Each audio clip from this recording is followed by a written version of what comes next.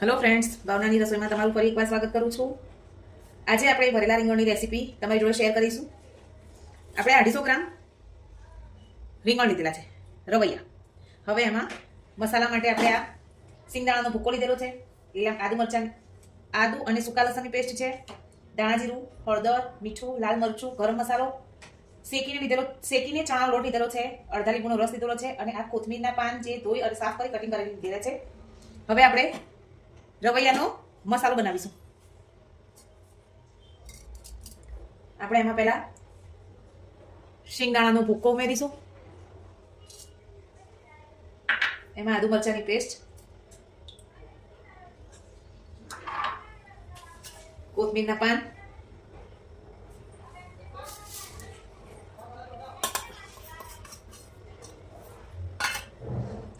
બે ચમચી ચણાનો લોટ લીધેલો છે એ એડ કરીશું.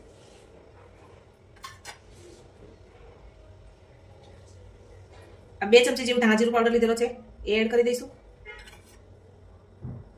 સ્વાદ પ્રમાણે મીઠું, હળદર પાવડર. આપણે લીલા મરચાંની અને લસણની પેસ્ટ લીધેલી છે એટલે એ પ્રમાણે તીખાસ તમે તમારા સ્વાદ પ્રમાણે ઉમેરી શકો છો. અહીંયા મેં 2 થી 2.5 ચમચી જેટલું મરચું લીધેલું છે જે મીડિયમ તીખું છે. હવે એમાં ગરમ મસાલો એડ કરીશું. અડધા લીંબુનો રસ લીધેલો છે. રાઈ આપણે વઘારમાં યુઝ કરીશું. હવે આમાં થોડું તેલ ઉમેરીશું. 1 થી 2 ચમચી જેટલું તેલ ઉમેરીશું. હવે આપણે આને મિક્સ કરી લઈશું.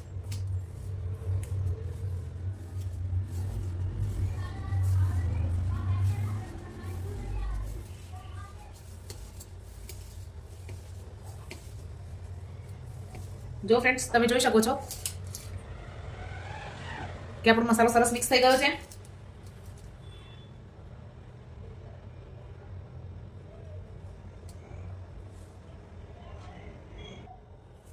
હવે રવૈયાને આપણે આ રીતે સમારી લઈશું.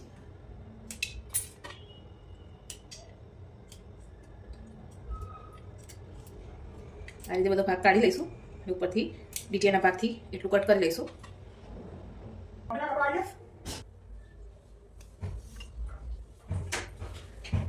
બધા જ આપણે એના ડીટીયાનો ભાગ પાછળથી કાપીને આ રીતે સુધારી દે છે. હવે આપણે આમાં કટ કરી દઈશું.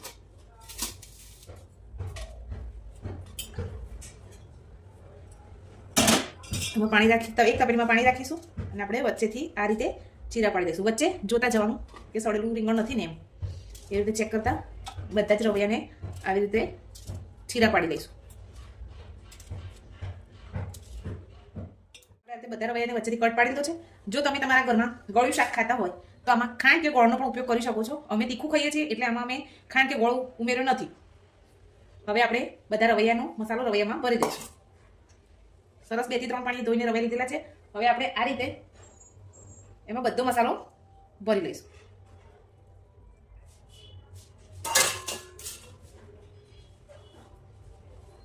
આ રીતે દબાવીને મસાલો ભરવાનો. ટેસ્ટમાં બહુ સરસ ચટપટા બનશે.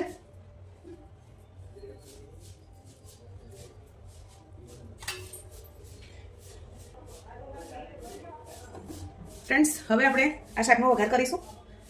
એક કઢાઈ મૂકી દઈશું. હવે ચાલુ કરી દઈશું. ગેસ ચાલુ કરી દીધો છે. હવે કઢાઈ મૂકી દીધી છે. હવે આપણે એનો વઘાર માટે તેલ ઉમેરીશું.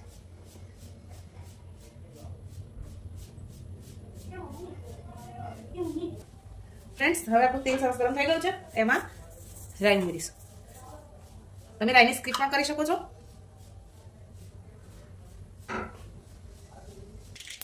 ફ્રેન્ડ્સ, આપણી રાઈ સરસ તકડી ગઈ છે. હવે એમાં આપણે હિંગ ઉમેરીશું. 1 નાની ચમચી હિંગ ઉમેરી છે. હવે જે આપણે રવૈયા ભરતા જે મસાલો બચી ગયો એ પહેલા વઘારમાં ઉમેરી દઈશું.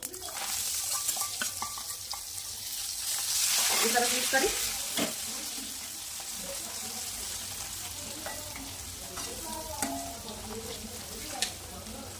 હવે આમાં જે આપણે ભરેલા રીંગણ છે તે ઉમેરી દઈશું. આપણે આને ધીમે ધીમે મિક્સ કરીશું એટલે રીંગણમાં રહેલો મસાલો બહાર નીકળી ના જાય.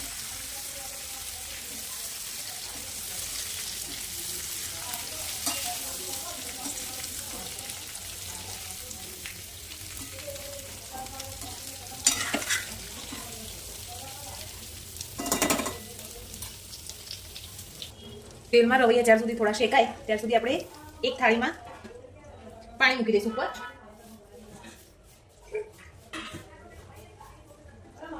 આપણે આ જ ગરમ પાણી રવૈયામાં ઉમેરવાનું છે, એટલે ધીમા ગેસ ઉપર રવૈયા બી ચડી જશે અને થાળીમાં રહેલું પાણી પણ ગરમ થઈ જશે. પછી એ જ પાણી આપણે રવૈયામાં ઉમેરી દઈશું. રવૈયા પણ તેલમાં સરસ ચડી ગયા છે અને પાણી પણ આપણું ગરમ થઈ ગયું છે. હવે આપણે આ જ પાણી અંદર ઉમેરી દઈશું.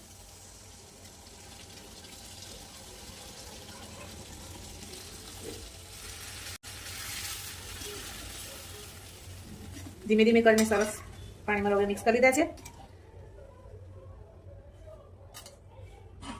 હવે ફરી આપણે આની ઉપર થાળી મૂકી અને થોડું પાણી મૂકી દઈશું.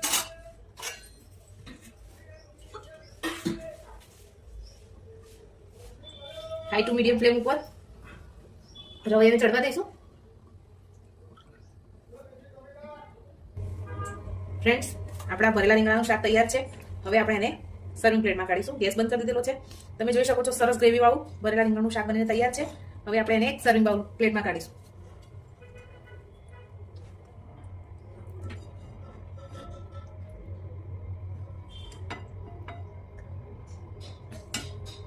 તમે જોઈ શકો છો ફ્રેન્ડ્સ, આપણું ભરેલા રીંગણાનું ગ્રેવી વાળું શાક તૈયાર છે. મારી આ રેસીપી તમને ગમી હોય તો લાઈક કરજો, શેર કરજો, સબસ્ક્રાઇબ કરજો. Thank you for watching.